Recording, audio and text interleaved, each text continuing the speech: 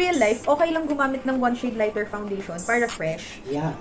But if it is in like TV or in the film, you have to use foundation that is one shade or two shades darker.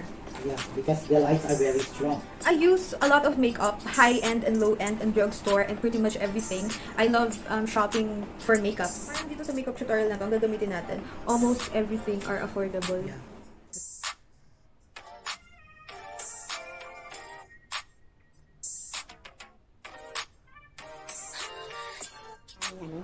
Kung baga, sabi ni Mami di kuskos balungos. For the makeup, we have a lot of quality makeup. So a few of them, to mention of the few are Eyebrow. So nice din ang Eyebrow and the Fashion 21. The purpose of that is that sometimes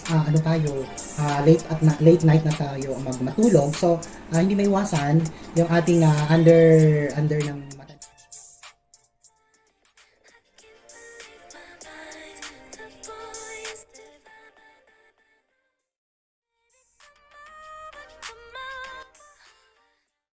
Cheekbones niya.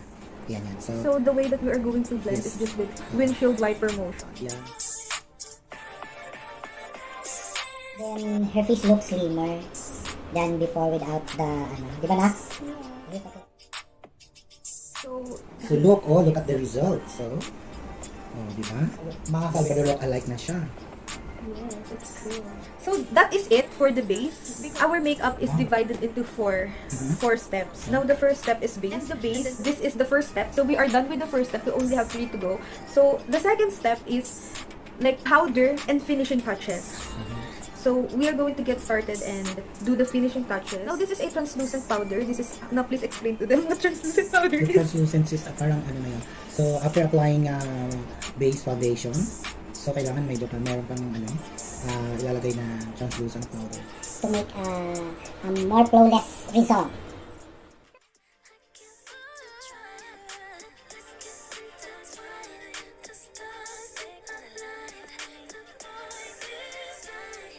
Also, we also tell them where do we put the press. We also show them where do we put the press powder and what tool are we supposed to use for press powder. So is it okay that I explain it? Yeah. So for the under eye area, it is a very stubborn area. So we are using a sponge so that we have more concentrated powder under the eyes, and the T-zone is also really stubborn. So it really needs to be the powder really needs to be nice and sturdy. So I'm using this one. So kapag gumamit ka ng brush, mas manipis yung application. Rather than the sponge. So there are areas of your face that are a lot more oily, especially if you are like oily combination skin type. Consult your dermatologist. Now I like to set area by area. I don't do like that. I have to make sure that everywhere is nice and powdered. So also, this is not a very beautiful step. Mukhang espasol. Talagang pinapa-flawless lang talaga yung skin. And to like really mattify it because of the warm weather here in the Philippines.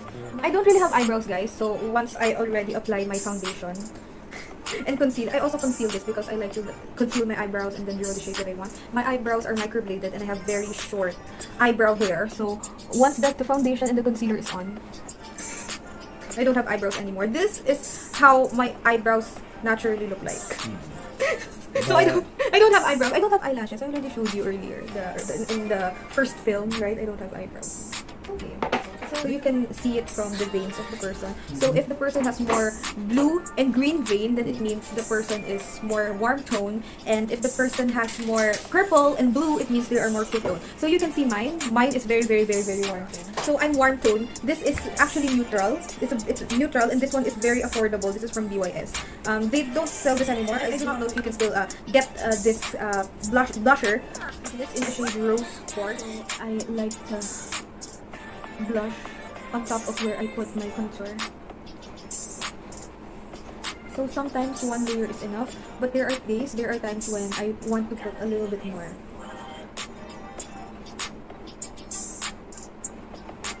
And then I blend it to make sure that there are no harsh edges. There it goes. I'm trying my best to look for a good angle. We are going to blush the other side. So just above. You see that? Just above where I place my, I'm trying my best so that you guys could see. Just above where I put my cream contour. And then another layer.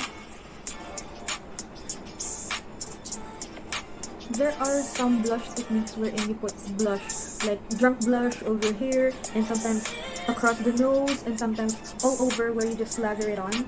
But Tatay Amor does not like that. Whenever you feel like, did I put on too much? Then you can just take your powder, the one that you use for your foundation or your powder foundation, and then just go over it. And it will not be very thick and very pinky, and you don't look like a clown. It's from L'Oreal. Also, it's very, very, very affordable. So you have a wax and then you have a powder. I don't use the wax anymore because I don't really use this for my eyebrows. I just use this to contour my lids. You see? And I also like to put a little bit of definition in the lower lash line. I do not know if you guys could see or if the angle is crap, but I'm gonna go closer. Look at that. It does not really do a lot, but it has a beautiful and very enhancing effect. Some people want a more pouty lips, so with whatever's left in your brush, you can put a little bit of contour to make your lips pop a little bit more, so it looks like more of like pouty lips, like this, here, under. And then, there are some people who loves to contour all the way up. There are times when Tatay Amor hates it because it looks like a fault line. So most of the time, he does my contour only here, just to elevate and give it more of like a button shape. And then he blends it out. But me personally, I love to draw like nose line. You know what a lot of people says about nose line is that when you already have a sharp and prominent nose, you don't need to use nose contouring anymore. Most of the time, I request for Tatay Amor to do my nose line like a little heavier, just so I could have a higher bridge nose. Because I have a very cute nose, just like Chinese people, like low and small and thin, and I use my fingers to like diffuse. So that is all for my finishing powder, like powder, blush, and I love to use the Into It pencil for my eyebrows, but unfortunately I lost it. So we are just going to be resourceful and we are going to take an eyeshadow instead, and I'm going to draw my brows. This is the shade and close. So I wish I can do this properly. No breathing! Walang hihinga! I know that the thick, fluffy, and bushy eyebrows is the thing that is on style for 2024, but I'd like to create an endoscopic brow lift effect with my eyebrows, so we're not going to follow through with that for this particular look. I want it to be lifted and that they look like I had plastic surgery on my eyebrows, so we are just going to stick with the classic 2000, the early Y2K eyebrows for this particular look. You see the outline? And I like to use the shade Scorpio because I'm Aquarius with a Scorpio moon. Come on, Tay, please help us. I'm close to outline my eyebrows, and then I use the shade Scorpio to create like a 5D effect with my You eyebrows. know what? It's kind of hard to forget about Scorpio. Oh, yeah. Sino kayo dyan? Pagtapos na yan. Oh. I am Aquarius Sun with Scorpio moon. So I'm Aquarius Sun, so it means it's my sun sign, and my moon sign is Scorpio moon. So the sun sign is the sign, the zodiac sign, and then the moon sign is like your emotional placement and your inner self. So my inner self is Scorpio. So I'm Aquarius and Scorpio. Share ko lang what.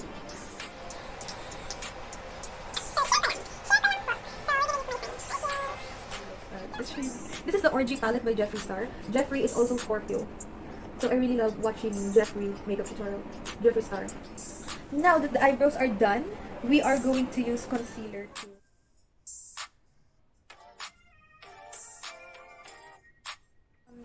with whatever I'm using for my eyebrows, I like to line my bottom eyeliner with it. Now I'm just using brown for my bottom lash line. Most of the time, I don't put eyeliner on the upper part With my eyelids yan. of my eyelids because most of the time I have curler. Again, I do not have eyeliner, so I'm going to use the shade Glory Hole. I like that.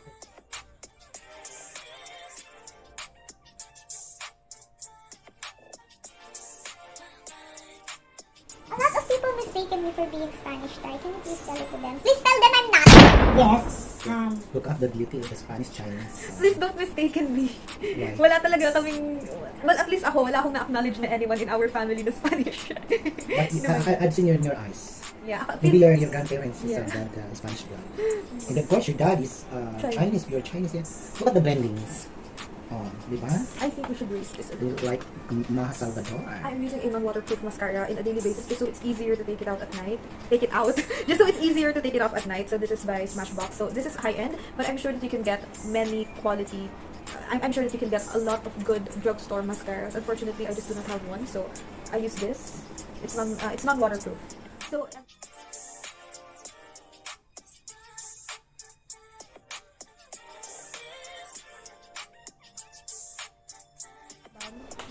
This is the lap. This is the lap. You need a tongue twisting.